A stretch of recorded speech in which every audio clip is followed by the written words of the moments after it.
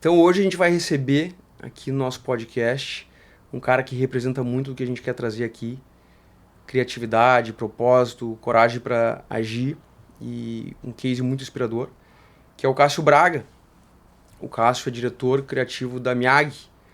Miag é uma empresa de projetos criativos. E o Cássio, a Miag e seu time participaram da série do Netflix do Senna, fazendo vários dos efeitos audiovisuais. Então é um case incrível, que é aqui do Rio Grande do Sul, que repercutiu muito no Brasil e no mundo. Então eu quero que ele se apresente. Eu te agradeço por estar aqui na Private hoje, recebendo nosso convite aí. Então conta para nós, Cássio, o que é a Miag e um pouquinho dessa história do Senna. Legal. Eu tava. Antes de contar o que é a Miyagi em si, né? Quando eu tava vindo pra cá, eu tava lembrando que é mais ou menos uns 15 anos atrás, 14 anos atrás, né? Quando a gente se conheceu por intermédio do Márcio, né? Éramos dois moleques, assim, cheios de ambições, né? E de planos e vontades, tudo dentro do mercado imobiliário. E a gente lá com a ideia da Miyagi. E é legal a gente poder se reencontrar aqui 15 anos depois e poder falar um pouco do que aconteceu nesse trajeto. E eu tava pensando que eu acho que independente da gente estar no momento de plena satisfação, que eu acho que ambos são inquietos e querem construir ainda muito mais, eu acho que o Cássio e o Lucas de 15 anos atrás, acho que se sentiriam minimamente orgulhosos, assim, né, de saber o que a gente construiu nesses 15 anos, assim. Então acho que foi um momento até meio nostálgico quando eu tava vindo, lembrando da gente lá atrás, se conhecendo e contando cada um as suas ambições, assim. Então, enfim, achei legal compartilhar isso. E obrigado pelo convite, eu acho que é sempre um prazer poder contar, assim, para pessoas que a gente admira, empresas que de alguma forma ou de outra, ao menos em valores, eu acho que se conectam, assim. E sim, a minha AG trabalha com. A gente nasceu no mercado de publicidade, né? A gente nasceu com um objetivo um pouco mais específico dentro do mercado de publicidade, mas ao longo do tempo a nossa experiência em computação gráfica, em produção audiovisual, em efeitos especiais, enfim, acabaram nos abrindo algumas oportunidades e entre elas, talvez uma das mais significantes e mais conhecidas, assim, né, que talvez tenha gerado uma repercussão maior, foi o projeto do Senna, que a gente já tinha uma relação próxima ali com a Netflix e com algumas das pessoas envolvidas no projeto, mas a gente ainda não tinha trabalhado especificamente dentro de um produto de entretenimento, né? A gente já tinha feito alguns trabalhos que a gente chama de identidade, né? Que é, por exemplo, no Sintonia, em projetos assim a gente faz os key arts, os cartazes, né? Então a gente faz os cartazes que comunicam os projetos, mas não dentro do projeto. E há 2 anos, 2 anos e meio atrás, a gente teve a felicidade de ser convidado para uma reunião e nos contaram o projeto. E obviamente soou como um desafio, porque a gente não tinha trabalhado dentro de um projeto de entretenimento especificamente, com efeitos e trabalhando junto com mais um monte de gente, né? Um projeto, enfim, o maior projeto do audiovisual do Brasil, assim. Mas depois de algumas etapas ali de validação da nossa capacidade, da nossa visão criativa e tal, a gente acabou entrando no projeto. E foi uma experiência incrível, assim, porque a gente sempre comenta, né, que o projeto a gente sempre quis trabalhar com carro, né? A gente trabalha com praticamente todas as montadoras de carro no escopo de publicidade, não só no Brasil, no mundo inteiro, enfim, a gente já fez campanha para tudo que é marca. Mas nem no nosso maior sonho, na nossa maior ambição lá atrás, a gente ambicionou participar de um projeto como o do Senna. Isso que é maluco, né? Então, a nossa própria capacidade de almejar e de ambicionar foi superada pela surpresa desse projeto. E, obviamente, foi muito desafiador. A gente teve que, basicamente, aprender a operar o nosso trabalho e as nossas skills dentro de um contexto completamente diferente. A gente teve que aprender muita coisa, assim. Mas foi muito legal porque a gente estava com um time muito legal, que já estava junto há muito tempo, assim, a parte principal do time. E a gente teve um apoio muito legal, assim, da Netflix, das empresas que estavam ali ao redor do projeto, nos ajudando a criar condições para que a gente pudesse ser bem sucedido, né? Porque tinha, obviamente, muita matéria-prima de qualidade, criativa, técnica, enfim, mas a gente entrou, né, sem experiência nenhuma, assumindo talvez uma das partes mais complexas de efeitos especiais da série. Mas no final deu tudo certo, todo mundo ficou muito feliz, isso nos abriu outras possibilidades, a gente na sequência acabou indo por um outro projeto legal que é o Eternauta, que foi talvez o Senna da Argentina, né, que logo depois saiu, assim, então foi muito legal participar desse projeto também. Agora a gente está nos outros projetos um pouco menores, mas em vias de entrar em alguns outros projetos maiores também de VFX. E a nossa vida paralela, né, com publicidade permanece lá, tentando, enfim, dar conta, né, das demandas insanas de publicidade, encontrando o nosso lugar ali cada vez mais específico, assim. Mas enfim, são dois universos que se correlacionam na cozinha, de alguma forma ou de outra, mas são universos bem diferentes, assim, né? Então, Legal. Cássio, deixa eu pegar um ponto que tu me comentou quando a gente almoçou esses tempos. Teve uma diretriz que veio de um diretor lá da Netflix que queria fazer de certo modo e tu não acreditou naquele modelo, tu queria fazer de uma outra maneira. sim. Como é que foi se posicionar perante aí diretores de nível mundial e ainda conseguir fazer passar a tua visão nesse projeto? Sim. Essa história ela já é quase uma anedota, assim, né? Mas ela é totalmente verdadeira.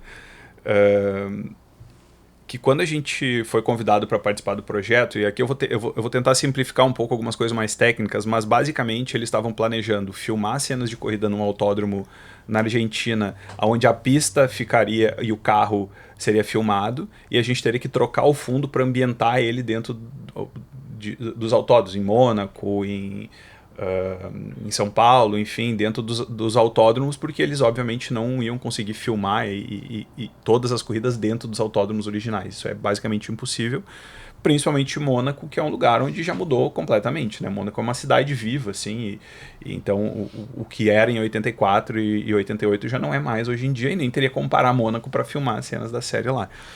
E daí eles nos convidaram para a gente trabalhar fazendo os cenários e fazer o que se chama de extensão de cenário. Então tu filma o primeiro plano e tu troca o fundo para ambientar ele naquele lugar. Isso é uma técnica totalmente comum no mercado de efeitos especiais. Porém, existia uma série de questões de como resolver vários problemas de produção. Primeiro, tu não consegue colocar um carro que é um chase car que vai com uma grua, assim, com uma câmera e 6 pessoas lá dentro, cada um operando uma parte da câmera, seguindo um carro que anda a 300 km por hora. Então, todas as cenas de performance que foram filmadas, de fato, da série, elas tiveram que ser aceleradas, né? Então, posicionamento de câmera, movimento de câmera, tudo isso no mundo físico, no mundo de verdade, é bem mais complexo. Então, eles estavam com uma série de desafios. E Mônaco, especificamente, tem uma corrida que deveria acontecer na chuva, né? Então, além de todas essas dificuldades técnicas, tinha que ter uma questão de, cara, como que a gente vai cobrir uma pista inteira, um trajeto muito grande com chuva artificial? E é muito complexo, porque os caras têm que jogar uma cobertura, basicamente, de mangueiras e coisas que vão jogando água num trajeto muito longo. E quantos metros um carro de Fórmula 1 anda em segundos? Então, num take de 5 segundos, quantos metros ele tem que andar, quanto de cobertura tu tem que ter? Então, o nível de complexidade que tinha que ser resolvido para daí chegar na parte da extensão do cenário, eu disse, cara, a gente não tem experiência nisso, porque a gente, de fato, não é uma empresa especialista nesse tipo de técnica. Mas eu falei para ele, e a gente não sente seguro. Eu acho que seria imprudente a gente assumir essa responsabilidade nessas condições, porque eu acho que a gente nós não somos os mais talvez preparados para isso. E todo mundo ficou meio, nossa, vocês estão realmente abrindo mão da oportunidade de trabalhar num projeto dessa magnitude e tal, e a gente não, a gente está sofrendo muito assim de ter que abrir mão, mas a gente precisa ser responsável com o projeto, com a nossa credibilidade também. Porém, eu tomei uma decisão, enfim, em conjunto ali com a equipe, e eu disse, cara, mas assim, isso não significa que a gente não acredita que a gente tenha como aportar para isso de uma outra forma. A gente é especialista em fazer filmes de carro, criar o contexto, criar as cidades, criar os cenários e fazer tudo em 3D. Porque daí eu tenho controle de absolutamente tudo, né? Tem uma série de questões técnicas que eu consigo eliminar, eu consigo fazer o movimento de câmera que eu quero, eu coloco o carro na velocidade que eu quero, eu posso reproduzir exatamente a situação que a gente tinha na época, e os reflexos no carro, a integração do cenário e tal, tudo isso que ajuda a somar no realismo da cena, eu não teria que resolver depois, né, na pós, né, fazendo composição. E tecnicamente, eu acredito muito mais nessa outra versão, onde a gente faria tudo em computação gráfica. Mas isso é uma ambição técnica muito grande, até para os gringos, até para a galera da Scanline, né, que é quem estava envolvido com o projeto junto com a gente. E eles falaram assim, cara, legal, mas a gente precisa ver. A gente gostou da tua abordagem, porque isso resolvia uma quantidade de problema técnico que os caras tinham no set muito grande. Eles ainda assim iam filmar o resto, mas isso especificamente não. Dado esse contexto, eles falaram, cara, mas a gente precisa que vocês nos mostrem alguma coisa, para nos provar que isso funciona. E daí a gente tinha um cenário já meio básico que eles tinham de Mônaco, que eles estavam fazendo todos os testes já que acontecem antes de filmar. Eles nos passaram esse arquivo e nos deram 30 dias e pediram para a gente fazer 3 shots. Um mais aberto, um mais fechado e um outro que a gente poderia escolher para mostrar que a gente conseguiria criar realismo dentro de um contexto 100% digital. E daí a gente disse, cara, beleza. E ainda nos remuneraram para isso, o que é uma parada meio inusitada, né, dentro da publicidade ao menos. Bom, agora que a gente tinha a oportunidade de mostrar, a gente montou um time ali super enxuto de 6, 7 pessoas e a gente focou durante 30 dias em produzir uma sequência. Só que daí entra outro ponto, né? A gente teve a oportunidade, a gente abriu a oportunidade e a gente disse, cara, a gente não vai produzir 3 shots. Eu vou mostrar para eles que a gente consegue fazer muito mais. Então a gente pegou uma sequência inteira do Senna brigando por uma posição com o Prost, a gente estudou ela, a gente copiou toda a coreografia dos carros e o que acontecia numa situação específica, e a gente não só fez os testes das cenas de performance, mas a gente contou a história daquela perseguição.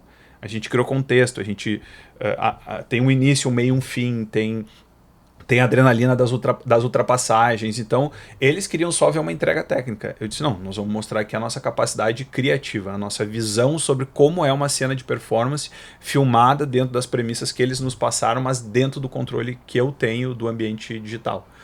E daí, quando a gente apresentou isso para os caras, tipo, os caras piraram, assim. Falaram, cara, como que vocês fizeram isso em 30 dias com 6 pessoas? Daí, quando a gente apresentou o pessoal da Scanline, né, que é a empresa de VFX que a Netflix comprou para tocar os projetos deles, os supervisores lá falaram, cara, a gente não consegue fazer isso aqui com a nossa equipe em tão pouco tempo. Assim. E é impressionante a qualidade. E daí ali se abriu um outro universo de possibilidades. O diretor viu, na nossa visão criativa sobre cenas de performance, a oportunidade de nos trazer até de uma forma mais criativa para o projeto, e não só técnica. E aquele nosso material de teste acabou virando uma referência de como eles filmaram as cenas de performance no autódromo de verdade, na unidade de performance. Porque a gente trouxe uma visão de ângulo, de câmera, de lente, que eles estavam olhando para o outro lado, e quando o diretor viu, ele disse, putz, mas aqui tem coisas legais que me interessam e eu vou incorporar isso. E a partir dali o nosso trabalho virou uma referência para várias coisas, assim. Então dá pra dizer que os gringos aprenderam muito contigo, com vocês da Miyagi. Em alguns aspectos, sim, e a gente também aprendeu muito com eles. Eu acho que a gente conseguiu trazer a nossa, talvez a nossa rebeldia, assim, né, e criativa, de propor outras alternativas, de não simplesmente ser responsivo ali ao que eles estão pedindo, e sim mais propositivo. E claro que quando isso virou trabalho, né, e a gente teve que produzir mais de 100 shots para a série, dentro de um fluxo de trabalho organizado e metódico e tal, toda a experiência deles em como fazer isso acontecer, né, a infraestrutura de gestão deles, foi um aprendizado incrível e que nos mostrou que não adianta só ter talento criativo e tu não saber gerenciar, né? É que nem tu ter um ótimo arquiteto, um ótimo projeto criativo de um prédio, mas tu não ter um bom engenheiro ali te dando subsídio para construir aquilo dentro das condições que precisa para parar em pé, né? Então foi uma soma de 2 universos, assim, que eu acho que no final nos permitiu imprimir muito a nossa personalidade, a nossa visão dentro do projeto. Todo mundo ficou com um certo frio na barriga, mas foi legal. Num determinado momento, tanto o diretor quanto a Netflix e o pessoal falou, cara, a Miyagi tem que estar no projeto. E no final foi muito legal porque as corridas que a gente fez, né, que é as 2 de Mônaco, várias pessoas trouxeram assim como as corridas que todo mundo sentiu como as mais emocionantes dentro da série, né? E não é um mérito só nosso, obviamente, porque elas são feitas a partir do encaixe de uma infinidade de shots e cenas captadas de várias formas diferentes, mas quando tu olha todas elas, parece tudo a mesma coisa e dá muita adrenalina, né? Porque o legal da computação gráfica, como a gente trabalha, é que a gente consegue dar uma amplificada na realidade, assim. A gente sempre se baseia na realidade, mas a gente pode um pouquinho mais, que daí tu cria o extraordinário, né? Então acho que esse é sempre, acho que isso é parte da essência da Miyagi, assim, a gente sempre pega as coisas, aterriza numa realidade, mas a gente dá um enhance assim para fazer o ordinário se transformar no extraordinário e despertar o interesse das pessoas, inspirar, né, gerar valor subjetivo, né, gerar o imaterial, assim, né? Então acho que isso conta também muito da essência do que a Miyagi se propõe a fazer, assim. Fantástico, é um case incrível. E deixa eu te perguntar, o Senna foi um herói brasileiro, né? Até hoje emociona muito, né? Como é que foi para a equipe participar disso, né? Imagino que deve ter gerado várias emoções aí. Cara, foi muito legal porque eu acho que não só para Miyagi, né, mas esse projeto ele é simbólico para todo o mercado audiovisual brasileiro. Esse é um projeto que a galera que concebeu esse projeto, né, dentro da Gulani, que é a produtora que concebeu o projeto, eles ficaram 10 anos da primeira reunião sobre o projeto até a execução final. Então, o case da Miyagi em si, ele é uma vitória específica dentro de um eixo muito específico, mas existem histórias como a minha, como a da Miyagi, em várias outras esferas desse projeto, assim. Então, e eu acho que a Netflix teve uma sensibilidade legal de tentar manter tudo aquilo que era possível manter na mão de brasileiros, na mão dos brasileiros. É claro que a gente precisou de muito apoio de algumas empresas e de criativos e de profissionais de fora, porque era um projeto num tamanho que nunca tinha sido feito aqui no Brasil, mas o diretor é brasileiro, as equipes são brasileiras, a produção é brasileira, e eu acho que a Netflix sempre entendeu, e a equipe que estava tomando as decisões, que ninguém colocaria tanto coração nas coisas quanto os brasileiros. E eu acho que isso imprime nessa série. Porque uma coisa seria contar a história do Senna pela mão de uma galera de fora, que não tem a relação emocional que a gente tem com o Senna. Então, quando tu circulava, né, no meio das pessoas, tanto durante as fases de produção, que eu acabei interagindo um pouco, mas também na Premiere, lá quando a gente encontrou muito das pessoas de todas as áreas que estavam envolvidas, todo mundo tem uma história que vai muito além da profissional com o projeto, sabe? Todo mundo se entregou muito mais. E eu acho que isso tornou o projeto tão especial, né? Porque não é sempre que tu tem isso. É claro que acontece em alguns momentos, mas esse projeto ele era um projeto de um cara que tinha uma série de simbologias assim, em vários aspectos, né? Para o mercado audiovisual, para os profissionais, para as histórias individuais, para a própria Netflix, né? Então tinha um monte de questões e é muito simbólico, porque o Senna, no final das contas, a carreira dele também tinha muito a ver com isso, né? Sobre tu superar questionamentos, sobre tu se provar, sobre resiliência, né? Sobre falha, mas sobre superação. Então, esse projeto é um projeto que ele tem uma simbologia assim, em vários aspectos. E pra gente não foi diferente, né? Todo mundo tinha muito orgulho assim, de estar participando. A gente sabia que era algo diferente. Assim. Então, a gente entregou tudo que a gente pôde, assim, tipo, irrestritamente. Demais. E como é que tu descreve o que é a Miyagi, o que é a empresa Miyagi? É um desafio. Dois desafios, falar o que eu faço e o que é a Miyagi, assim. Mas e eu acho que no aspecto prático a gente trabalha com produção criativa audiovisual, né? A gente ajuda a contar histórias de produtos, de marcas e agora de entretenimento através do audiovisual, né? Mas quando eu acho que a parte do VFX, dos efeitos especiais, ele é um negócio bem específico à parte, assim. Eu vou me ater um pouco mais no que é a Miyagi dentro do mercado de comunicação, de marketing, de publicidade, que eu acho que, querendo ou não, é o core da Miyagi ainda hoje. E eu tenho tentado traduzir isso para pessoas que não são tanto do nosso mercado, que a Miyagi, no final das contas, ela tem hoje o papel de apresentar um produto, principalmente, para um consumidor, através de um ponto de vista que ajude a contar de uma forma mais interessante a história daquele produto. Então, quando uma marca chega para a Miyagi e diz assim, eu preciso fazer um filme para lançar esse carro, ou para lançar uma geladeira da Brastemp, ou para lançar qualquer outro produto, eles estão, no final das contas, querendo que o olhar da Miyagi seja o olhar com que o público vai olhar e perceber e aprender sobre aquele produto. Então eu tô ali de alguma forma ou de outra usando o meu conhecimento de branding, de marca, de narrativa audiovisual, de storytelling, de linguagem para facilitar o processo de entendimento de quais são os benefícios e os valores daquele produto. E é claro que eu executo isso através de uma técnica de alto nível, muito a partir de computação gráfica, mas esse é um processo que, como a gente estava falando no começo, está mudando. Está entrando outras tecnologias, outras formas de fazer isso, mas no final das contas o trabalho da Miag é esse, a gente imprime a nossa perspectiva, o nosso olhar sobre produtos, sobre serviços, sobre marcas e faz com que o mundo olhe para eles não mudando o que é o produto, mas mudando a forma como as pessoas enxergam o produto. Então, na sua essência, talvez numa visão um pouco mais conceitual, esse é o papel da Miag. Legal. E voltando lá para trás, né, o Cássio, criança, adolescente, né, fase de escola, de colégio, como é que tu te descobriu e como é que tu começou a achar esse caminho aí da fotografia, da edição? Teve algumas brincadeiras lá com a edição, com os colegas, né? Sim. Como é que nasceu essa curiosidade, esse interesse por esses assuntos? Ele começou, digamos assim, de uma forma meio torta, né? Mas quando eu olho para trás, e eu converso muito isso com pessoas que conviviam comigo, com a minha família, enfim, como olhando hoje em perspectiva, parece que tudo faz muito sentido, assim, né?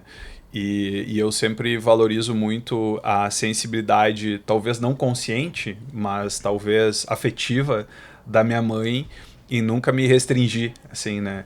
Porque é óbvio que quando eu era adolescente, né, eu comecei a ter, na escola ainda, ter acesso a computador a primeira vez, e daí fui me encantando pela ideia de edição de imagem, de construir site, daí descobri o Photoshop. E isso foi me criando oportunidades de transitar, né, de uma parada experimental e às vezes até meio inconsequente, de fazer montagem dos colegas, de brincar com os colegas, de fazer meme, né, na época que nem existia meme, que foi daí que surgiu. Que era tirar uma foto com uma câmera digital minúscula que a minha mãe me deu, de tanto que eu insisti, e daí editava essas fotos, e daí imprimia na escola e botava no mural e tirava onda com os colegas, e daí a gente tinha uma página que a gente criou. Então era tudo uma coisa muito intuitiva, assim, experimental, que era no fundo uma brincadeira, que fazia sentido naquele contexto, naquela época, e que logo foi despertando a curiosidade de pessoas do jornal da cidade, da gráfica da cidade, e aquilo foi virando convites de trabalho, e daí eu comecei a olhar para isso e pensar, cara, aqui tem uma oportunidade, e aquilo foi me levando, e foi me levando, e foi me levando, até que me trouxe até aqui. Então, assim, no frigir dos ovos, assim, muito daquilo que eu tinha de sensação que me mobilizava quando eu tinha 15, 16 anos, que no final era me expressar, assim, né? Eu era uma criança, um jovem ali que tinha muita vontade de autoexpressão, de colocar a minha perspectiva no mundo, assim, e sempre de uma forma tentando ser irreverente, ser original, chamar atenção e tal, de alguma forma. No final das contas, não deixa de ser parecido com o que eu acabei de te descrever do que é o papel da Miag, sabe? Então, o que mudou de lá para cá, talvez é um pouco do objetivo final, mas a essência continua sendo a mesma, né? E isso, obviamente, foi me fazendo evoluir. Então, eu tive uma oportunidade de trabalhar no Jornal da Cidade, daí eu conheci uns colegas de trabalho que eram dois ou três caras que faziam basicamente o jornal sozinho e me apresentaram a fotografia. Daí eu entrei na faculdade de jornalismo, daí eu fiz uma cadeira de fotografia. E daí eu disse, cara, mas eu quero fazer muito mais, mas não tem. Eu preciso mudar para outro curso. Daí eu fui para publicidade porque tinha mais fotografia, edição de imagem e tal. O que acabou me levando para a ESPM aqui em Porto Alegre, que foi quando eu vim estudar aqui, porque eu descobri que aqui tinha o estúdio de fotografia digital mais legal das universidades do estado e tal. E a minha mãe fez um puto esforço para me trazer para cá, e daí eu, com 19 anos, eu vim morar aqui e comecei a estudar na SPM. Daí eu comecei a encontrar um caminho dentro da publicidade, assim. Fui trabalhar em agência, mas entendi que dentro da agência eles não faziam o que eu queria. Daí eu fui trabalhar com fotografia, pós-produção, e daí o 3D foi indo. Daí eu conheci o Márcio com 23 anos, e daí dentro da Neorama a gente começou o que veio a ser a Miag hoje em dia, assim. Então, eu nunca tive muita dúvida, assim, né? Diferente de algumas pessoas que às vezes demoram para se encontrar. eu sempre tinha uma ideia mais ou menos de onde eu queria ir. Eu só não sabia exatamente onde era esse lugar. E no final das contas, chegou um determinado momento que eu percebi que, cara, eu não sei se esse lugar existe ainda dessa forma. E daí a gente tomou a decisão e eu tive a felicidade de encontrar um cara que nem o Márcio que apostou e acreditou desde o início na ideia e me deu o subsídio, assim, para construir o lugar que eu queria trabalhar e fazer da forma como a gente queria trabalhar, né? Então, por isso que a Miyagi às vezes até tem um jeito muito único de fazer as coisas, porque ele nunca foi a reprodução de um outro modelo de negócio que existe, assim, né? A gente sempre foi tentando usar a nossa sensibilidade sobre o mercado, sobre as oportunidades, aquilo que a gente via no mundo e tentar construir alguma coisa que fizesse mais sentido e gerasse mais valor somando algumas coisas, né? Não deixa de ser, muito do que a gente faz tem uma correlação muito próxima com a Neurama, de uma certa forma, porque a Neurama também faz mais ou menos o que a Miyagi faz, mas a Neurama é muito focada num mercado que é o mercado imobiliário. Mas a Neurama também emprega o ponto de vista deles por um empreendimento imobiliário, para ajudar a contar aquela história. Ainda mais que é um projeto que normalmente naquele início ele ainda é imaterial, né? Ele ainda é uma ideia.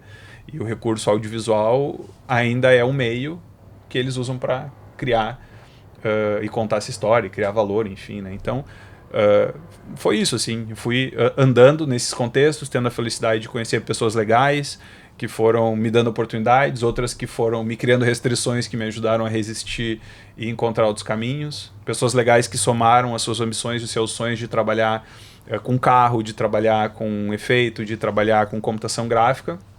E isso acabou ajudando a formar a Miyagi, que é um time muito foda, assim, com pessoas muito legais. E que no final das contas me dá mais orgulho até muitas vezes do que a gente faz, assim, mas sim as pessoas que a gente tem lá, assim, sabe? Eu sempre brinco que se a gente tiver que se reinventar e muitas vezes a gente teve que fazer isso e continua tendo que fazer, no final das contas são as mesmas pessoas, assim, né? E algumas que vão entrando no caminho que são sempre as mesmas que acabam promovendo essas mudanças, porque a gente, enfim, criou uma sinergia muito legal de trabalho junto, assim, que no fundo, de novo, me dá muito orgulho, projetos como Cena e tal, mas eu tenho muito mais orgulho da equipe, dessas pessoas que estão juntas, assim, sabe? Porque eu sinto que a gente ainda tem muita coisa para fazer. Legal. Essa história é muito interessante, né? O Márcio Carvalho, quem nos apresentou, né? Um grande amigo, um grande craque e sócio da Neurama, sócio da Miyagi também. Então a Miyagi, ela foi uma spin-off da Neurama, né? Então o encontro de vocês dois, pelo que eu entendi, teve um amigo que identificou que vocês tinham questões complementares e aí nasceu a Miyagi, né? Que começou numa salinha lá na Neurama e depois foi crescendo muito rápido e depois, hoje são 100 pessoas mais ou menos. A gente chegou a umas 100 e poucas pessoas na época do projeto do Cena, agora deve estar em torno de umas 70 e tal. Varia um pouco, né? Mas é mais ou menos por aí. Mas sim, tem várias histórias legais, assim, tipo, a forma como eu me aproximei do Márcio, como a gente se conheceu também, tem um tom de anedota, assim, porque eu estava trabalhando no estúdio de fotografia, mas eu já estava me sentindo meio estagnado, queria avançar e tal, queria começar a empreender. Eu sentia que eu precisava ter uma certa autonomia para fazer as coisas do meu jeito, assim. Sempre foi acho que uma característica minha. E daí eu estava pensando, cara, eu vou trabalhar num lugar onde eu tenho uma remuneração um pouco melhor, juntar grana e vou morar fora. Quero trabalhar com efeitos especiais já na época e tal. E daí tinha um amigo que eu tinha conhecido que já tinha trabalhado na Neurama, que ele estava trabalhando numa produtora super pequena aqui em Porto Alegre, mas que tinha uma vaga lá que era perfeita para mim ganhar mais e me incomodar menos, então para mim era um bom momento de transição. E ele disse, vem para cá, nós vamos trabalhar junto e tal, a gente sempre quis trabalhar junto. E eu, beleza, fui. Cheguei lá, a gente trabalhou 2 semanas junto, como todo dia a gente ia almoçar, um dia a gente foi almoçar e ele disse, cara, preciso te contar uma coisa. E eu, conta, enfim, tem uma oportunidade legal e tal, de fazer uma mudança na minha vida. E eu recebi uma proposta para ir trabalhar numa agência digital no interior do estado. Eu acho que eu tô num momento que eu, sei lá, publicidade do jeito que a gente está trabalhando aqui não está fazendo sentido para mim. Eu já não sei se eu quero a computação gráfica. E, enfim, a nossa jornada junto aqui vai ser curta. E deu, como assim, cara? Eu acabei de vir para cá pra gente trabalhar junto e tal. Tu me botou a maior pilha. E dele disse, não, eu entendo e tal. Até fiquei meio assim, mas eu acho que o teu lugar também não é aqui. Eu conheço um cara que é o Márcio, que eu trabalhei na Neurama, e eu vejo muito no que tu fala, no que tu ambiciona, assim, parece que ressoa muito com o que eu sempre ouvi o Márcio falar. O Márcio sempre foi um cara também muito idealista, né? E filosófico sobre as coisas. E ele disse, cara, eu vou dar um jeito de te apresentar para ele. O Márcio é um cara que tem uma agenda difícil e tal, mas eu acho que ele vai... eu acho que em algum momento eu consigo conectar vocês. E daí ele nos conectou, e daí nisso eu e o Márcio a gente começou a se falar, assim. Só que era sempre, vamos falar, sabe? Tipo, manda o teu trabalho por e-mail, aquela coisa. Porque, enfim, o Márcio provavelmente tinha muitas coisas e muitas pessoas se aproximando ali naquele momento. A Neurama estava numa fase muito legal. Enfim, só que depois de muitas insistências e muitas tentativas, assim, e muitas reuniões e muitos planos que não saíam, assim, e eu já estava meio angustiado. Um dia o Márcio me liga e disse assim, cara, eu sou amigo de um cara que é dono de uma agência, e ele me ligou que ele precisa produzir uma campanha de moda de uma marca de calçado, e ele tem que criar uns cenários em 3D, e ele queria que a Neurama fizesse. Só que a Neurama fazia trabalho de publicidade, é isso, não funciona, a galera não se acerta, é um monte de arquiteto aqui, é outro ritmo. Só que eu falei para ele que eu estava abrindo uma empresa contigo. Falei de ti, ele te conhece, ele disse que gosta do teu trabalho, e ele me disse, eu tenho uma grana, tenho o projeto, tem 30 dias para entregar. Daí ele disse assim, daí eu pedi para ele me dar uma tarde que eu já te retorno. E daí é o seguinte, se tu quiser assumir esse projeto junto com a gente, tu vai lá para dentro da Neurama, toda a parte que a Neurama puder apoiar, a Neurama vai te apoiar. E se der certo, a gente abre a empresa porque a gente tem um cliente. Senão a gente vai ter que esperar outra oportunidade. E daí eu disse, cara, que loucura, né? Tipo, hoje conhecendo o Márcio, eu sei que isso faz parte da natureza dele. O Márcio é espontâneo, enfim, é um cara, né, que tem essa energia. E eu acho que a gente acabou dando um salto de fé, assim. Eu falei com a galera onde eu trabalhava, os caras foram super gentis, entenderam muito o contexto, assim, falaram, cara, a gente entende, tipo, é uma boa oportunidade, vai lá. Isso eu falei na quarta, na sexta-feira eles me liberaram. Na segunda-feira eu já tava lá na Neurama, dentro de uma salinha lá no meio da galera, tipo, todo mundo meio sem entender muito bem o que estava acontecendo. E aos trancos e barrancos a gente entregou esse projeto. No final desse projeto eu disse, cara, desse jeito não tem condição, né? É uma loucura fazer isso que a gente fez. Mas ali a gente começou a reconsiderar e conversar, e aí a gente foi ajustando. Daí eu peguei uma salinha lá que era tipo um depósito da Neurama, e a gente organizou e fez uma sala, a gente contratou 2 pessoas para trabalhar comigo, e a gente foi crescendo, crescendo. Nisso o Márcio tinha uma sala do lado, ele acabou cedendo essa sala para a gente também, ficou sem sala, ele disse, não, monta aqui, vamos expandir para cá. Daí a gente chegou a ter umas 8 pessoas lá nessa sala, e daí depois, enfim, a gente foi crescendo, crescendo, e a Miyagi criou a sua independência, assim, e até que, sei lá, 2, 3 anos depois a gente foi para uma sede só nossa, a 100 metros da Neurama ali. Então, enfim, foi dessa forma totalmente espontânea, assim, inusitada que aconteceu essa história. Eu conheço esse modus operandi aí com o Márcio através da Private com a Smart, né? Então também vivi muito disso. Essas provocações dele, né? É muito interessante. E como é que tu diria, Cássio, que é para conciliar esse artista que tem aí com o gestor, com o empresário? Como é que é esses chapéus aí que tem que ficar trocando? Então, cara, isso sempre foi um desafio, assim, né? O fato de eu, desde o início, estar numa estrutura como a da Neurama, por mais que a Neurama, há 15 anos atrás, não tinha maturidade de gestão que tem hoje, o papel da Neurama no início da construção da Miyagi sempre foi me dar infraestrutura para mim poder focar naquilo que a Miyagi queria fazer como entrega, né? Então isso ajudou muito, assim, porque eu não precisava fazer a administração operacional da empresa. Tinha uma equipe que fazia isso para a Neurama, e a gente basicamente fazia isso para a Miyagi, espelhando o processo, né? Claro que com as suas características e tal.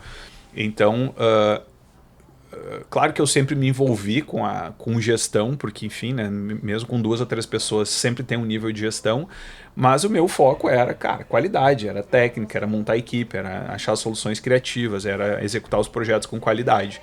E assim foi durante muito tempo, né? Então, tá dentro de uma estrutura que já me dava essa base ajudou a acelerar muito o processo de focar no que importava, digamos assim, que é um grande desafio de quem está começando um negócio novo, que assim que tu começa a ter sucesso naquilo que tu está empreendendo, tu começa a ter um monte de coisa para resolver que te atrapalha continuar botando energia no teu core, assim. Então isso foi muito legal. Só que é natural, ao longo do tempo, a complexidade do negócio, né, ter que olhar para a gestão, ter que começar a entender como que é tu controlar todas as verticais do negócio, né, operacional, tecnologia, infraestrutura, recurso humano, comercial, marketing, todos esses pilares que a gente acaba tendo que conectar. No começo eu sempre acabava fazendo isso de uma forma intuitiva, até que amadurecia a ponto da gente começar a olhar para isso de uma forma independente e ir encontrando pessoas para ir somando, né? Isso continua sendo assim até hoje, né? Porque sempre vai surgindo outras demandas e outras demandas. Primeiro a gente tem que ir lá entender o que aquilo significa e como faz e encontrando as pessoas certas para somar no time. Só que chegou no momento onde que o meu papel e a minha atuação como gestor começou a sobrepor muito o meu papel como diretor, como criativo. Só que muito da visão criativa, da forma da Miyagi de pensar e até de como articular mais artistas dentro da equipe para conseguir chegar no resultado que a Miyagi sempre busca, que é de alto nível, a minha presença sempre foi importante, né? E quanto mais a Miyagi cresceu, mais o meu papel institucional se torna relevante em algumas áreas específicas do negócio. Então, eu tive momentos onde eu tive que apostar e muitos dos gestores, as pessoas que têm cargos ou de direção ou de supervisão dentro da Miyagi, são pessoas que, cara, aprenderam junto comigo a fazer as coisas e foi muito baseado numa construção coletiva ali, né? E aprender junto. E algumas outras foram entrando, assim. Mas o meu papel como gestor acabou se tornando um fardo num determinado momento. E daí foi quando eu comecei a investir em formar uma equipe de diretores, assim, né? E trazer pessoas que poderiam assumir responsabilidades cada vez maiores para que eu pudesse voltar a me concentrar naquilo que eu sei que é o que eu faço de melhor, né? Porque eu nunca me preparei para ser um gestor, um administrador e tal. Eu sempre fui aprendendo pelo contexto e pelas experiências que eu fui tendo. Ainda atuo muito dentro desse aspecto, mas hoje eu tenho uma equipe junto comigo muito competente que me traz muita segurança de poder focar naquilo que eu acho que eu consigo entregar de maior valor, né? E tem um cara que é fundamental para isso, assim, que é o Felipe, que também atua em outros negócios junto com o Márcio, que além de tudo é quase um irmão, assim, né? O Felipe, a gente tem 6 meses de diferença, a gente é primo e a gente cresceu junto. Então, além de tudo, a gente tem uma sinergia que ela vai muito além, né, da relação de trabalho. E o Felipe é um braço direito, esquerdo, assim, que eu sempre falo, eu vou lá, sonho, ambiciono, e o Felipe é o cara que aterriza e cria condições para as coisas acontecerem e me diz até onde eu posso ir, né? Então é muito importante tu ter alguém assim. E o Felipe está com a gente há muito tempo, desde o início, assim. Eu sempre botei muita pilha assim no Márcio, que o Felipe era um cara que tinha que estar com a gente e tal, tanto é que não só na Miyagi, ele acabou, né, expandindo para vários outros negócios do Márcio, mas ele continua sendo um cara fundamental dentro da Miyagi. E claro, depois foram surgindo outras pessoas, né, a Dani na área de negócio, o Culpa, que veio trazer toda a parte de animação e movimento, né, para as coisas da Miyagi. E hoje a gente tem uma equipe que eu confio muito, assim, que me ajuda a fazer a gestão.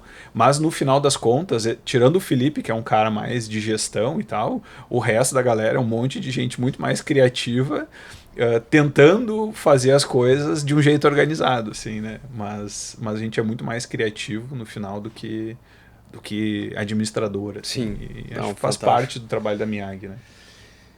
Legal. E pegando essa parte criativa, como é que tu entende essa parte intuitiva versus a parte técnica versus uma coisa mais fluida versus métodos? Como é que tu enxerga essas dualidades aí?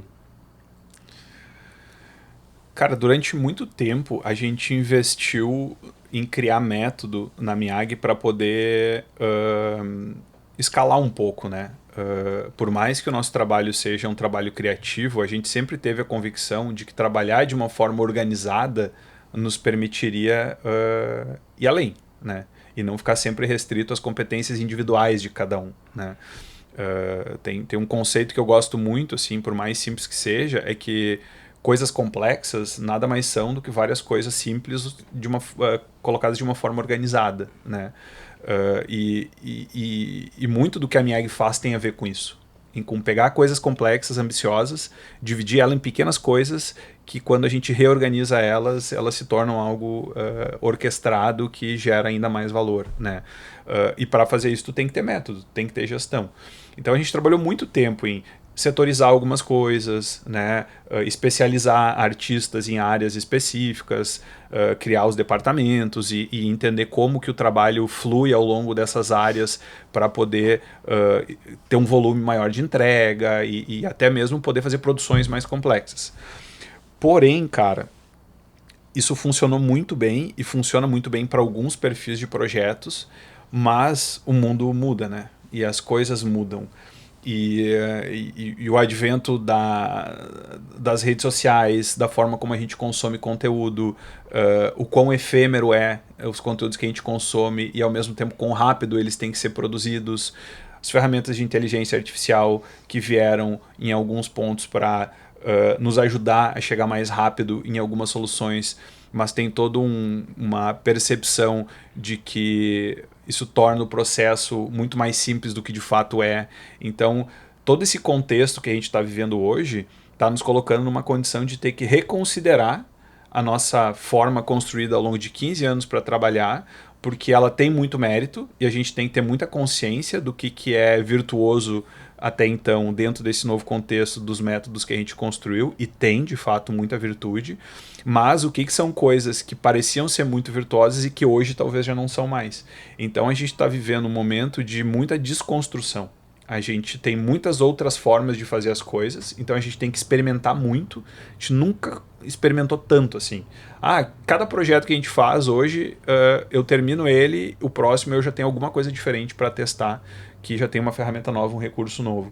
E os prazos são mais curtos, os desafios de orçamento são cada vez mais apertados, porque no fundo, né, a gente o que chega para a gente é o residual do que o mercado precisa.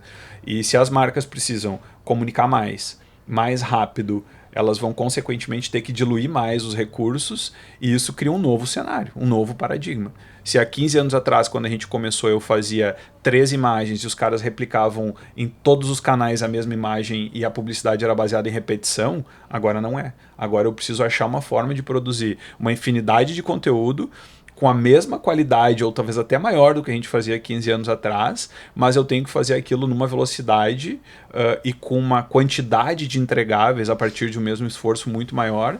Só que como eu preciso fazer isso muitas vezes, o orçamento do cliente para produzir conteúdo, que antes ele dividia em 4 e fazia 4 campanhas ao longo do ano, agora ele tem que fazer toda semana. Então é outra lógica de trabalho. Então eu não posso continuar usando as mesmas soluções para resolver problemas diferentes. Então a gente está num momento onde a gente tem que aprender a adequar tudo isso e criar algumas vezes outras formas que substituam aquelas que a gente construiu e que foram muito bem sucedidas até então, mas que agora talvez precisam ser questionadas, né? Então é um momento que dá uma mistura de euforia e inspiração, assim, porque para um cara que nem eu, que sempre fui um criativo, que imaginava as coisas, e eu sempre tinha que encontrar formas de materializar aquelas ideias, e era muito dependente de muitas coisas, muitos recursos, muitos processos e muito tempo para chegar no resultado final. Agora eu estou vivendo um momento muito legal que, se eu tenho uma ideia hoje, eu já consigo muito rápido materializar ela, com muito mais autonomia. Mas, por outro lado, isso mudou a dinâmica do mercado, e a gente é uma equipe que tem um histórico, a gente tem muitas pessoas trabalhando junto, e eu não posso simplesmente dizer assim, agora esquece os nossos métodos, agora se juntem aí, façam e resolvam. Não é assim que funciona, né? Então tu tem que educar as pessoas, tu tem que fazer elas refletir sobre o seu papel, tu tem que criar condições para elas transportarem o seu conhecimento de uma lógica de trabalho para uma outra, né? Tu tem que dar subsídio, então tu vira escola, tu vira consultor dos teus clientes também, de como eles podem entrar em tudo isso, e tu tem que gerir o teu negócio, tu tem que encontrar demanda. Então é um desafio muito grande de gestão, que é muito legal, Mas, enfim, exige muito, assim. Eu acho que a gente estava num momento, né? Eu brinco, a gente foi construindo um legado que nos levou até o projeto do Senna. E o Senna foi o projeto onde tudo aquilo que a gente desenvolveu ao longo de 15 anos, a gente foi lá, bancou, provou e ele entregou. Só que quando esse projeto terminou, o mundo estava mudando. E quando a gente achou que agora a gente tem um método, agora a gente tem um repertório, daí bem na nossa vez, tudo mudou. E a gente tem que reconsiderar tudo de novo, assim, sabe? Então, é legal, é super inspirador o momento que a gente está vivendo, mas ele não nos deu tanta tranquilidade assim como talvez eu gostaria que tivesse nos entregue, sabe? Fantástico. E pegando esse momento atual, né? Hoje tu e a Miyagi recebem projetos muito interessantes para trabalhar, né? Mas nem sempre foi assim, né? Lá no início, os projetos que chegavam, acho que não eram tão interessantes, mas vocês conseguiam pegar e fazer daquilo algo especial. Sim. Inclusive ganhar prêmios e tal. Como é que foi isso aí? Sim, a gente tem muita gente nova, né, que chega na nossa equipe e a Miyagi hoje ela tem uma aura assim, né, no nosso mercado, né? Ela é muito desejada por muitos criativos, muita gente nova e tal, que ambiciona trabalhar com os projetos que a gente trabalha. Mas eu sempre faço questão assim de em oportunidades assim de onde a gente está todo mundo junto e tal, mostrar para a galera assim da onde a gente veio, né? Porque assim como provavelmente tu não começou vendendo projetos lá no Golden Lake, né, do tamanho que vocês eventualmente hoje se relacionam, a gente também não começou fazendo esses projetos gigantescos, enfim, né, e ideais assim que muitas vezes hoje é o que a gente faz. E cara, a gente começou aqui, né, no mercado local, trabalhando baseado nos relacionamentos que eu e o Márcio tínhamos. A gente fazia coisas super pequenas, assim, mas desde o início, cara, a gente sabia que as oportunidades pequenas que a gente tinha eram as melhores oportunidades que a gente tinha. Então eu sempre tratei toda e qualquer oportunidade, independente do tamanho, como a melhor oportunidade para mostrar o que eu tinha condições de fazer. E ao longo do tempo, isso foi criando, inclusive, o posicionamento da Miyagi, que é, cara, eu tenho um trabalho aqui que talvez não tenha muito o que tirar, mas eu acho que se eu colocar na mão da Miyagi, eles têm provavelmente uma possibilidade de me trazer uma perspectiva que vai fazer aquilo parecer melhor e mais relevante do que ele de fato é. E quantas campanhas, cara, que eram campanhas assim, que a gente chegava nas agências e os caras, é um trabalho aqui para divulgar um festival de música do Sicredi lá, que é no interior, que ninguém vai dar bola. E daí o criativo teve uma ideia que era legal, a gente ia lá, pegava aquilo e transformava num negócio, dava um carinho tão grande para aquilo, que aquele projeto ganhava um prêmio, virava o trabalho mais legal do portfólio do criativo, e no ano seguinte aquele briefing que ninguém queria fazer virava um briefing desejado dentro da agência, porque eles sabiam que eles iam chamar Miyagi para executar. Então, esse sempre foi essa lógica assim, que a gente colocou nos projetos, e eu acho que acabou nos abrindo muitas oportunidades. Então, a gente sempre pegava o que a gente tinha de oportunidade e transformava aquilo num projeto mais legal. Então, cara, tem muitos projetos que não eram relevantes, e a partir do momento que a gente executava uma vez e transformava aquilo num projeto legal, no ano seguinte ele tomava outra escala, né? Então sempre foi parte da nossa essência, assim. Como eu gosto muito dessa frase, assim, né? Que é pegar o ordinário e transformar ele em extraordinário, sabe? Tipo, sempre foi muito isso, a cultura de como a gente entra nos projetos. Só que hoje isso já é meio que a forma como o mercado nos percebe. Então a expectativa sobre a Miyagi sempre é muito alta, né? Hoje em dia. Porque a gente criou espaço para isso. Então ninguém fecha um projeto com a Miyagi para não receber minimamente algo acima das expectativas, né? O que coloca uma pressão um pouco maior sobre o nosso projeto. O desafio de estar superando. Mas enfim, a gente também gosta de lidar desse jeito. Assim. A gente nunca vai... A gente nunca vai se resignar e entregar só a média, assim, sabe? Tipo, isso faz parte da cultura da Miyagi. E é legal, assim, porque isso está empregado, assim, na grande maioria dos artistas, assim, né? Todo mundo tem uma coisa meio visceral, assim, do tipo, cara, o nosso trabalho, por mais que é publicidade, no fundo ele é uma representação de quem a gente é, né? E a gente não quer que as pessoas olhem para um trabalho e pensem, putz, isso aqui foi esse artista que fez, e sabe, tipo, então a gente sempre busca dentro do possível, né, fazer algo que, enfim, que nos dê orgulho, e a gente acredita que esse é o principal parâmetro que faz com que o nosso trabalho esteja relativamente protegido, né? Se o meu critério é alto e o meu papel dentro da Miyagi, principalmente é o meu critério.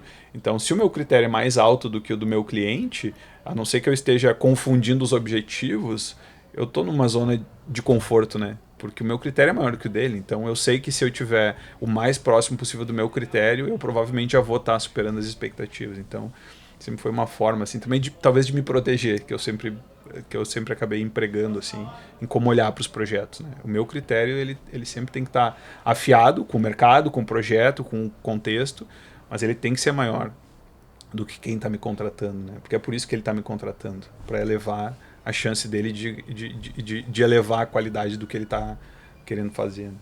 Muito bom. E por que o nome Miyagi? Essa é uma pergunta que eu respondo há 15 anos e o legal é que o nome Miyagi ele sempre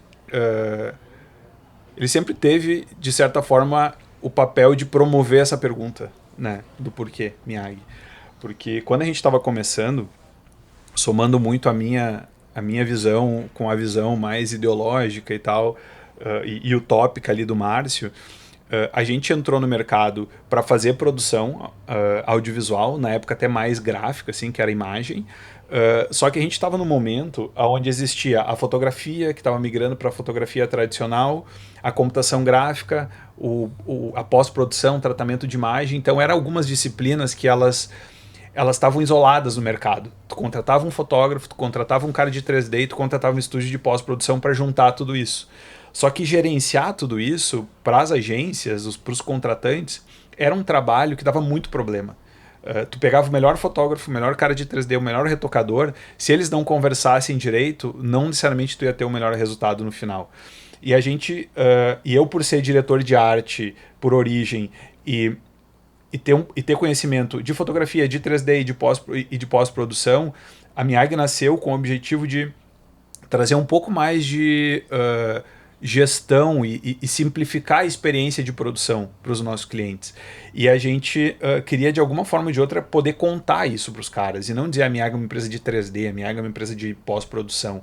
E daí, quando a gente começou a pensar no nome, por algum motivo surgiu o conceito, surgiu o filme do Karate Kid, né? E daí a gente, putz, tem uma relação aqui, né, de simbologia de como o Sr. Miyagi enxerga o karatê. Não é sobre tu bater, sobre tu dar golpe. Ele fala muito do quanto o karatê ele nasce de dentro, né? Ele fala karatê aqui, né? Karatê não aqui. Então tinha muito de uma filosofia e que começou a fazer sentido com o que a gente estava querendo comunicar, né? Que a produção estava menos no esforço braçal e muito mais em como tu pensava e combinava a inteligência de produção. Só que a gente sabia que a gente não ia conseguir resumir isso numa frase. E a gente precisava ter a oportunidade de contar para as pessoas. E daí a gente disse, cara, mas Miyagi é um nome que é um cult, todo mundo conhece, as pessoas vão ficar se questionando por quê. E quando elas nos perguntarem o porquê, a gente pode fazer essa correlação de um conceito mais filosófico e mais conceitual, relacionando a filosofia do filme, né, que era de karatê não ser só no braço e tal.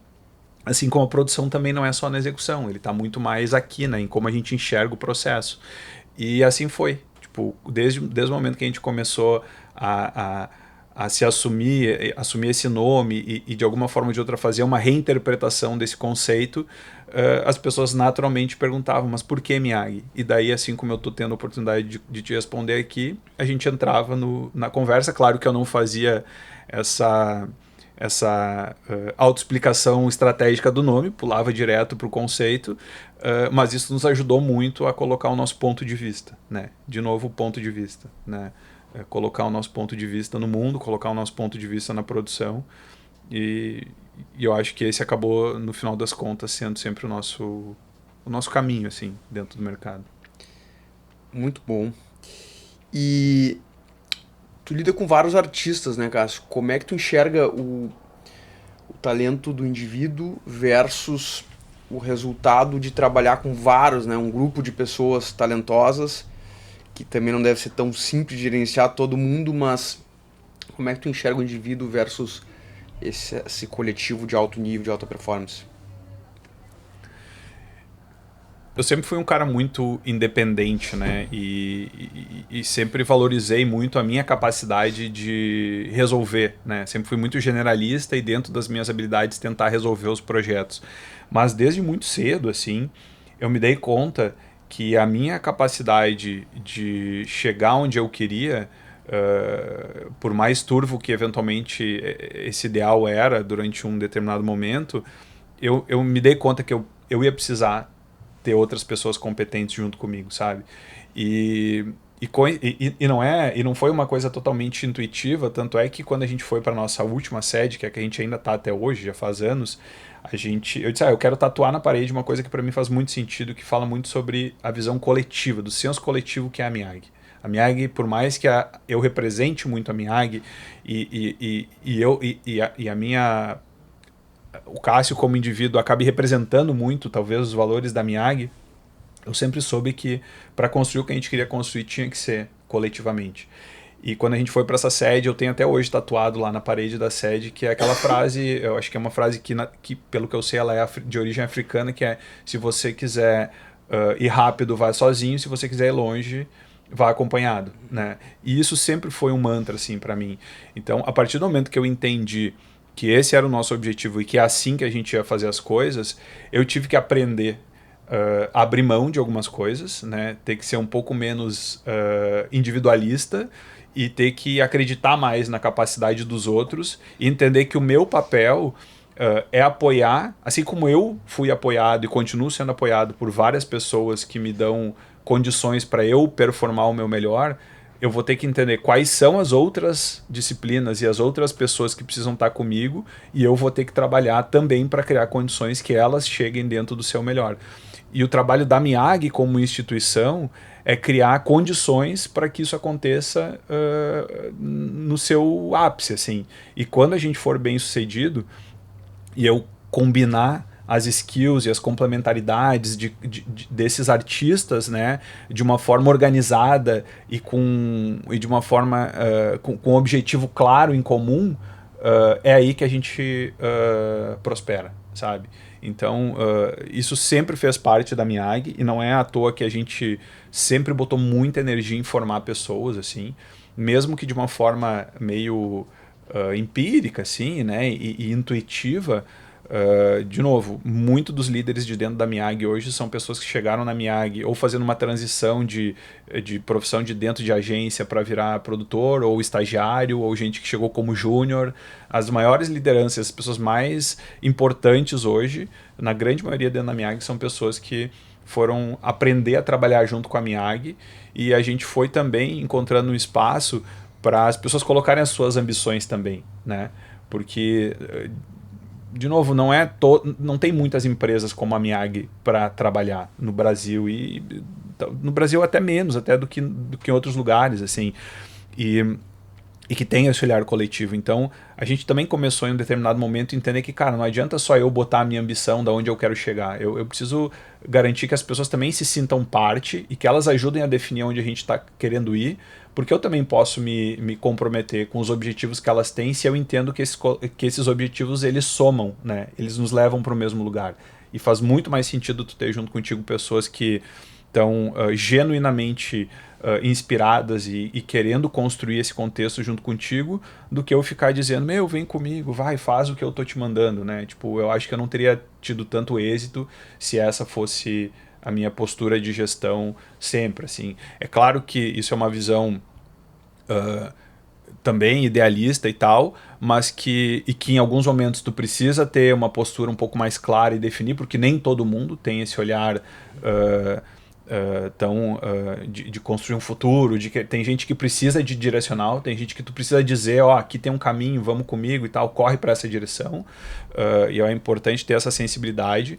Mas eu acho que hoje a Miyagi, assim, o nosso grupo principal, assim, eu acho que ele opera muito dentro desse senso coletivo, assim, sabe? Existe um comprometimento muito grande a gente construiu tudo isso do zero, sabe? A gente saiu daquela ideia lá que o Márcio ligou e temos um projeto de uma empresa de calçado daqui, um projeto super pequeno para fazer, até um projeto do tamanho do Senna. E, cara, foi a gente que decidiu como a gente faria isso. Foi a gente que construiu condições para isso acontecer. Então, cara, se a gente fez isso, a gente pode hoje ambicionar coisas muito maiores, né? E eu acho que isso está muito baseado nessa sensação de que, cara, a gente está num grupo de muita virtude, assim. E por isso, de novo, é isso que me dá mais orgulho até do que o que a gente construiu até aqui, porque eu acho que a gente ainda vai construir muito mais, sabe? Legal. Eu te ouço falar, né, muito sobre o grupo, sobre o time, e aí pegando a tua primeira fala lá do início, que a gente se conheceu 15 anos atrás, e agora as empresas mais maduras, né? E eu tô chegando numa clareza aqui na Private muito semelhante, que é a gente quer trabalhar com pessoas que a gente admira, fazendo coisas relevantes em harmonia. Então a gente está chegando nesse tripé aí e realmente dá muito orgulho de ver gente boa trabalhando junto. Eu acho que tem uma mágica aí que acontece Sim. com várias cabeças boas quando se juntam e tem só uma direção, uma unidade de ação, né? É muito legal de ver isso no case de vocês e tem muito a ver com o nosso case aqui também. E acreditar, né, Lucas, porque isso é uma ideia, né? Isso não é uma coisa material, não é uma regra, né? Ninguém tem certeza que apostar nisso sempre vai dar certo, por mais que hoje em dia a gente tenha um monte de guru querendo sempre dizer que tem uma fórmula para fazer. Não tem, isso não existe. Cada um vai encontrar dentro do seu contexto e daquilo que tu tem disponível a forma correta de fazer. E provavelmente o que deu certo para ti não vai dar certo para mim. Mas isso é um conceito geral, né? E eu acho que a grande virtude está em acreditar nisso, porque o residual, o resultado disso pode nos surpreender. E eu acho que isso é o que eu aprendi ao longo do tempo, com sempre perdurar, sabe? Sempre continuar acreditando dentro desse ideal. E, de novo, as coisas vão acontecendo. Em alguns momentos tu pode encontrar situações desafiadoras, que não é exatamente o que tu queria, mas a minha experiência até aqui me provou que, cara, olhar dessa forma para o que a gente está construindo faz sentido. O que a gente tem que ter a resiliência de continuar perseguindo até o momento em que a realidade vai nos presentear com o resultado disso. Mas não tem como ter certeza no final das contas, né? Mas eu acho que se tem alguma coisa que para mim faz sentido é isso, cara. Eu acredito nisso. Essa é a minha filosofia, né, de trabalho, assim, mais do que qualquer regra de gestão, mais do que qualquer coisa, é acreditar na soma de pessoas com virtudes complementares, mas com objetivos em comum e que estão genuinamente entregues para fazer o que for preciso para aquilo acontecer. Se tu conseguir criar condições para esse grupo de virtude estar ali e permanecer pelo máximo de tempo que tu puder, eu acho que a chance de ser bem-sucedido é maior, sabe?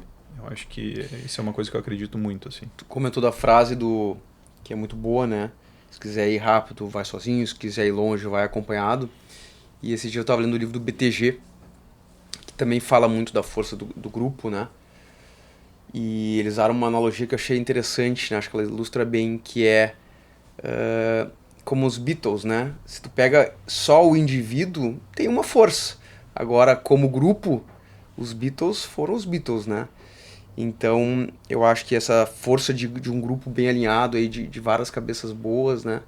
É muito poderoso, né? E acho que quando tu fala lá no início que o Senna, né, era um projeto maior do que o que tu tinha sonhado, que tu tinha imaginado, eu acho que esse tipo de resultado vem com a combinação dessas pessoas, né? Porque aí a gente não consegue nem projetar direito o que pode acontecer, né? Exato. É muito Às interessante. vezes a gente subestima a realidade achando que a gente tem total gerência e controle sobre os resultados, né? E a gente não tem, né? Tipo, eu não teria como ter criado uma condição para esse projeto acontecer e bater na minha porta se eu tivesse sido objetivo, né? Ponto A ou B. Eu quero sair daqui e chegar nesse projeto. Porque ele não existia. É uma soma de fatores. Eu tenho que trabalhar para que, de alguma forma ou de outra, eu construa uma energia que, quando esse tipo de oportunidade acontecer, ela não vai ter como não bater na minha porta, sabe? E é isso, né? É muito mais sobre atrair, né, e criar condições para que essas coisas, de alguma forma ou de outra, cheguem até a gente, do que necessariamente tu achar que tu vai ter uma fórmula que vai fazer com que tu consiga chegar exatamente naquilo que tu construiu.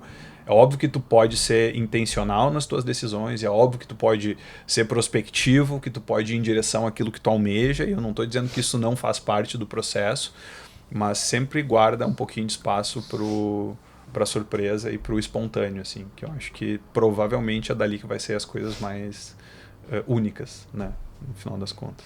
Muito bom, uma aula aqui pra mim, tô digerindo aqui tanta coisa bacana, né? E vários insights vindo aqui, acho que nós vamos ter que fazer outros, né? Mas pra fechar, Cássio, eu queria te fazer algumas perguntinhas. O que que tu deixou de ser quando cresceu? Eu acho que uma das coisas que eu luto muito para não perder, assim,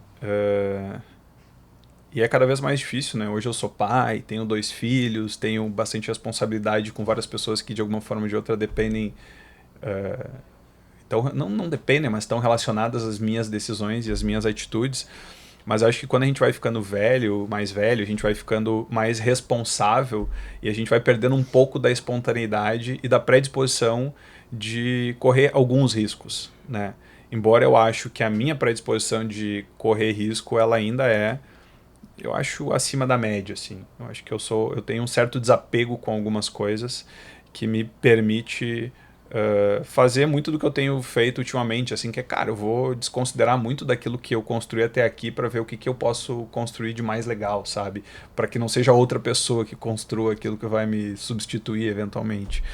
Mas eu acho que a gente precisa lutar muito, assim. Eu acho que eu fui perdendo um pouco, talvez, da espontaneidade. Um, e dessa inconsequenciazinha boa, assim, sabe? Em alguns momentos eu me sinto... por tu ter muita coisa para zelar, tu começa a ficar um pouco mais conservador, né? Tem uma frase, eu gosto muito de frases também, e que fala que eu tenho compartilhado muito com o pessoal da equipe sobre por que a AI está gerando tanto barulho e por que tem muita gente, está muito bipolar, assim, né? As percepções. É porque quem tem muito a perder. Só quem tem muito a perder tem receio, né, de apostar em algo completamente novo. Então eu acho que quanto mais credibilidade tu tem, quanto mais repertório tu tem, quanto mais um legado de alguma forma tu tem, mais responsabilidade, a tua predisposição a se reinventar, a correr mais riscos, é menor. Só que no momento onde a gente está vivendo de total inflexão do mundo, assim, né, com tudo isso que está acontecendo, se tu não tá aberto para tu correr os riscos necessários para encontrar algo novo ali na frente, talvez tu corre o risco de ficar para trás, né? Tem um desafio aí que é, um dia eu fui o cara que não tinha nada a perder e eu apostei tudo aquilo que eu tinha, em tudo aquilo que me parecia fazer muito sentido. Tanto é que a Miyagi fez parte de um movimento de transição, assim, de tecnologia, de forma de produzir no mercado, apostando muito em computação gráfica na época que os fotógrafos que estavam estáveis, estabelecidos no mercado, tentavam resistir, porque eles tinham coisas a perder, né? E quando eu olho para o que a gente está vivendo hoje, eu faço um paralelo muito claro, assim, com aquilo que a gente estava vivendo lá atrás. Só que hoje eu tenho, né, mais a zelar. Então eu não posso ser tão inconsequente. Só que do outro lado, a quantidade de gente hoje que tem a possibilidade de empreender e de criar uma solução que eventualmente eu também tenho como, mas eu estou tão preocupado com as outras coisas que eu não estou botando energia para desenvolver, é muito maior. Essa leveza, essa independência é o que eu tento construir para mim dentro da Miyagi, porque eu acho que daí eu consigo potencializar as virtudes da Miyagi. Mas é um desafio, né? Então eu acho que talvez isso é o que eu tenha perdido um pouco, ou talvez é o que eu tenha mais consciência, que eventualmente eu tenha perdido, mas por ter essa consciência eu luto contra, assim. Eu luto para não estar nesse lugar. Talvez tenham outras coisas que eu tenha talvez perdido, mas uma coisa que eu não perdi, cara, que eu acho que a minha experiência me ajudou a reforçar muito, assim, é um anseio que eu lembro que eu sempre tive quando criança, de que eu queria me expressar e de que eu queria colocar o meu ponto de vista de alguma forma ou de outra no mundo, sabe?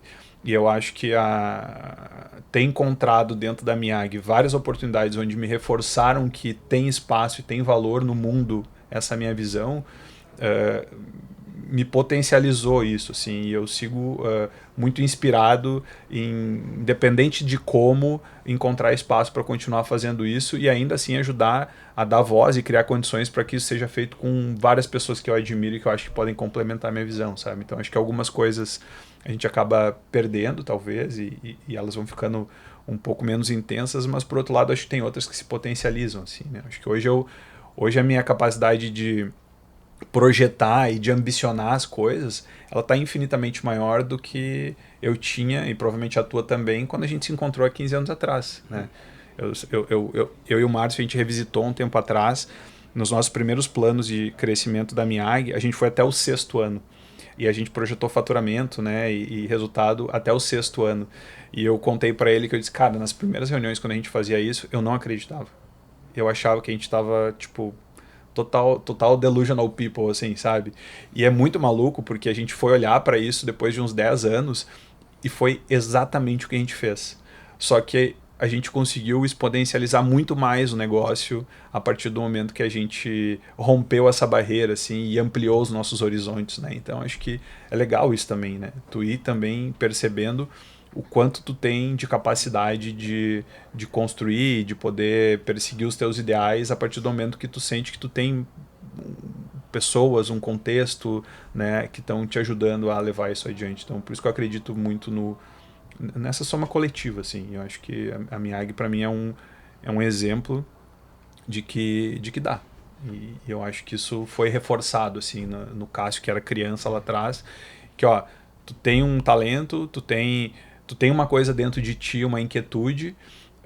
Eu acho que o grande desafio que a gente tem, e hoje sendo pai, né, eu acho que vale falar disso, eu olho muito para os meus filhos e fico lembrando, assim, do que eu acho que, de uma forma muito intuitiva, a minha mãe é muito simples, assim, mas ela é incrível na sensibilidade dela, que eu acho que de uma forma intuitiva, ela nunca limitou aquilo que era genuíno para mim, assim, e eu acho que ela me deixou correr os riscos, experimentar e fez o que ela pôde para me ajudar a estar nos lugares que eu achava que eu deveria estar para conseguir fazer aquilo que eu queria. Então eu nunca me senti restrito, assim, sabe? Tipo, tu não pode. Claro que o mundo e outras pessoas sempre dão um jeito de dizer que tu não pode, né? Mas quando eu olho para os meus filhos hoje, eu penso, cara, eu preciso ter a sensibilidade de entender que muitas vezes aquilo que a gente enxerga como um desconforto, tipo, o teu filho ele é muito ativo, ele é hiperativo, ele tá sempre aprontando e tal. É muito fácil tu querer condicionar ele a se adequar ao que é confortável para ti. Mas eu tento muito olhar para trás e pensar, cara, essa é a virtude dele, essa é a natureza dele.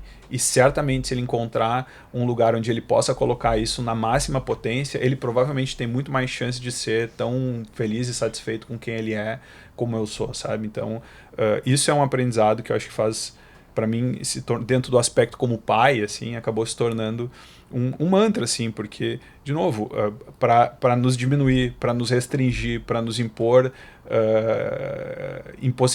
impossibilidades, enfim, de levar os teus sonhos adiante, já existe, cara, um mundo inteiro, sabe?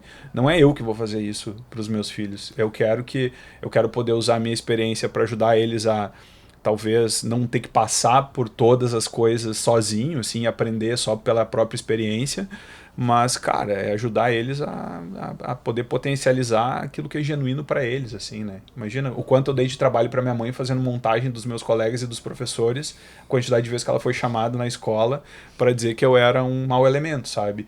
E foi muito simbólico para mim que há uns 2 anos atrás eu fui chamado na escola, eu fui expulso da escola no 3º ano. Eu vou contar essa história porque eu acho que ela tem um certo valor. Eu fui expulso da escola que eu estudei no 3º ano, faltando 3 meses para acabar as aulas, porque eu era de fato um adolescente rebelde, assim, né? E na época eu ainda não tinha encontrado a melhor forma de manifestar de uma forma positiva, né, as minhas angústias, assim. E eu acabei sendo convidado a me retirar da escola, faltando 3 meses para acabar o ensino médio. E, enfim, foi duro, assim, porque eu não me formei com os meus amigos, eu não estava na festa de final de ano e tal, então eu tive uma perda ali, eu aprendi um pouco, né, da pior forma, mas a minha mãe não me repreendeu, saca? Tipo, eles nunca me repreenderam por estar fazendo aquilo, e tem um lado disso que pode parecer inconsequente, eu não estou dizendo que a gente tem que ficar relevando o filho mimado, né? Mas aquilo me mostrou que, cara, beleza, lida com as consequências, aprende sobre isso e acha um lugar mais positivo para tu colocar essa tua intenção. Eu nunca mais tinha voltado na escola e ficou uma sensação assim, putz, sabe? Tipo, queria ir lá e ter aquela sensação nostálgica de andar lá e ver como é que era e tal, mas nunca tive coragem de ir lá depois da forma como eu saí. E faz uns 2 anos atrás, eu recebi um convite para ir lá fazer uma palestra para todo o ensino médio e contar a minha história, que eles queriam contar a história de pessoas que tinham estudado lá e que de alguma forma tinham tido algum tipo de êxito, né, profissional. E foi muito legal, assim. E eu comecei falando com todas as turmas do ensino médio, dizendo assim, cara, eu não vou ter como começar a minha história aqui sem contar como foi a última vez que eu estive aqui. E quando eu contei tudo isso para eles, foi muito legal, assim, porque no final te humaniza um pouco, né? Porque a gente é muito acostumado a olhar para os nossos triunfos, para as nossas virtudes e enaltecer isso, né? A gente hoje vive um recorte, uma curadoria idealizada, né, de nós mesmos, assim, que às vezes até nos aprisiona, assim. Highlights positivos. E a vida parece que virou isso, sabe? E, cara, é tão legal tu perceber também o quanto de humanidade e de aprendizado tem nos nossos erros e que não necessariamente eles devem ser motivos de vergonha ou que não devam ser de alguma forma ou de outra observados, né? Então, esse ciclo, assim, que eu vivi dentro lá foi muito legal, sabe? E de novo, aquelas surpresas positivas que a vida te entrega e que eu nunca tinha imaginado que isso poderia acontecer, assim, né? Então, foi legal, assim, uma história demais, que reforça algumas premissas e valores que são muito bacana. legais, Fechamento de um ciclo aí. Total. E, Cássio, qual que é o teu melhor lugar no mundo? Cara, eu acho que eu demorei muito tempo, assim, para aprender sobre o que de fato me faz bem e aonde eu quero estar, né? E eu acho que a gente associa o lugar e o conforto e a sensação de bem-estar, assim, de satisfação. E hoje em dia é muito fácil a gente atrelar isso a aspectos materiais, né? A casa perfeita, confortável e tal. E tudo isso tem muito valor. Mas eu acho que uma das coisas que eu aprendi com o tempo é que a autonomia e tu poder estar onde tu quer estar naquele momento é o melhor lugar para tu estar. Eu acho que não tem nada mais angustiante para um cara que nem eu, que sempre fui um cara muito independente e autônomo, me sentir que eu tô num lugar onde eu não quero estar. E eu acho que esse lugar não é um lugar específico. É óbvio que eu tá na minha casa, eu tá com os meus filhos, eu tá com a minha família, eu tá com as pessoas que eu genuinamente gosto e quero estar, aquilo para mim agrega um valor de satisfação incrível, onde eu me sinto bem, né? A Miyagi é um lugar onde eu me sinto muito bem, mas a Miyagi hoje é online, ela não é mais um lugar físico o tempo inteiro. Então, o lugar que mais me dá satisfação, que é o lugar onde me faz bem, é estar onde eu quero estar, né? Mas é óbvio que, conectando um pouco, né, com a própria história da Private, assim, que eu acabei tendo uma experiência, né, nos últimos anos, algumas mudanças súbitas na minha vida e que me levaram a ter que me mudar e encontrar um novo lugar para morar. Eu tive a felicidade de muito rápido encontrar um imóvel, né, com vocês. Quando eu encontrei, eu te liguei e te disse, pô, Lucas, acho que é muito legal esse lugar e eu acho que ele vai fazer sentido para minha vida. E trazendo um pouco mais pro mundo material, assim, né? Depois de estabelecer que não necessariamente é no mundo material esse lugar, tu tá com a sensação de que tu tá onde tu queria estar, mas isso também, de alguma forma ou de outra, se materializar num lugar que tu sinta que te faz bem, que te traz coisas e elementos que fazem sentido para ti, é muito legal.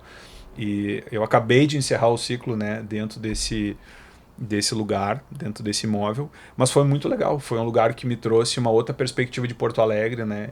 Tinha uma vista incrível, assim, do Guaíba, do pôr do sol, que era uma coisa que parece que antes de morar lá, eu comecei a pensar, cara, eu vivi 13, 14 anos em Porto Alegre e eu nunca tinha olhado para a cidade como aquele imóvel me permitiu olhar. E a minha relação com a cidade mudou. Eu vi o pôr do sol mais bonito que eu já vi até hoje, todo dia da minha janela, mas eu também vi uma enchente. Eu via a cidade inundando e as ruas, em vez de ter carro, tinha barco passando no meio da cidade. Sim. E de alguma forma ou de outra aquilo também me comoveu a de alguma forma ou de outra apoiar e tentar ajudar a cidade a sair daquilo. Então, ali foi um lugar que fez muito sentido para mim. Mas, de novo, no aspecto material, assim, né? No aspecto tangível. Mas eu ainda continuo achando que, independente do lugar físico, assim, para mim é muito importante eu sentir que eu tô onde eu gostaria de estar, né? É óbvio que os meus filhos são fundamentais para mim, né? E hoje eles fazem parte de um momento da minha vida que é completamente diferente, assim. Então toda vez que eu tô com eles, independente de onde tô, é especial. É muito legal tu tá em lugares novos também, com criança, né? Eles te ajudam a ter uma outra perspectiva sobre o mundo, sobre a vida, sobre os lugares. Então tá na companhia deles é muito legal. Mas é isso, acho que pra mim o mais importante de tudo é eu sentir que eu tô onde eu gostaria de estar, assim, com as pessoas que eu gosto, que eu admiro. E isso pra mim já é um sinal, assim, de sucesso, talvez, de satisfação. Acho que mais do que qualquer lugar incrível e tal. Às vezes a gente cria uma projeção de que pra gente estar satisfeito a gente tem que estar num lugar que tenha 1000 coisas, né, 1000 materialidades, 1000, enfim, aspectos que sim, mas eles têm que funcionar como um amplificador daquilo que a gente tem dentro da gente, assim, senão eles se tornam inclusive um fardo, né? É muito fácil a gente projetar expectativas em coisas e elas, ao invés de amplificarem coisas positivas, elas acabam nos amplificando coisas extremamente negativas e que se tornam um fardo, né? Se tornam um peso. Show, pô, quero te agradecer pelo tempo, pela visita aqui na Private. E super enriquecedor aí, vários insights, né? Vamos ter que fazer mais. Então, eu queria agradecer a todos pela audiência aí. Tenho certeza que essa história é inspiradora e pode gerar vários insights positivos na vida de todo mundo que está ouvindo. Então, obrigado a todos aí. Valeu.